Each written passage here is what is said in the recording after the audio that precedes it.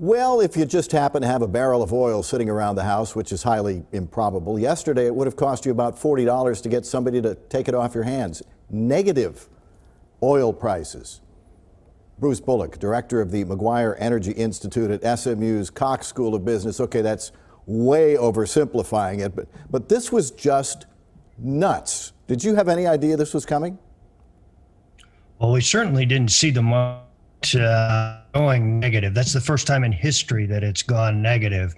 And we've several messages through the day. What's going on? What's going on? Can I fill my swimming pool and put oil in it? It was quite a day, but also a very dire signal for the industry in the state as well. Yeah, absolutely. So basically we're talking about people who are trading options. Some people say, I think the price is going to go up. Other people say, I think it's going to go down, and they're betting against each other. If you had the right to buy that oil, you went into the negative and basically had to pay somebody to take it away from you.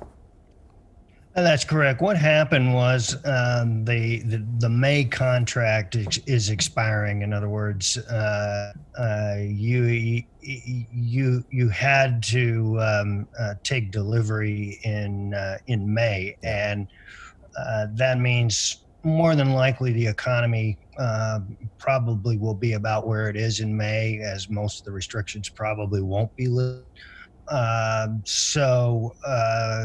It was storage for the most part for oil is full, and therefore people were in a position where they had to sell all of those contracts for May delivery and then bought some for June delivery instead. And what happened this morning, June delivery, it turned around as the contract rolled over and dropped 20%. So Bruce, if you've got a neighbor with a big old pickup truck, he or she is just thrilled right now because the price of gasoline around here, about $1.20 a gallon. If you don't have to look too hard for it. In Wisconsin, 89 cents a gallon in some places.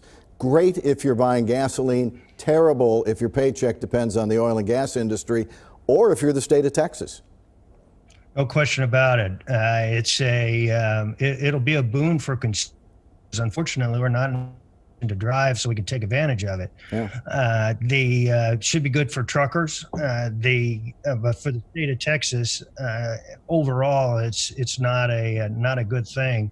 Clearly, it's not as critical as it was back in the 1980s, but still, the state loses in revenue to the government about $85 million for every dollar drop in the price of oil.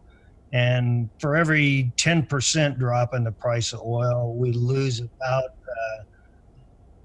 roughly 0.5% in economic activity that goes to our gross state product. Right. State revenues, just for reference, as we wrap it up, $16.3 billion last year from the oil and gas industry in taxes and royalties. So it's going to be bad, and maybe a while before we climb out of it. Thank you so much for joining us. We appreciate it.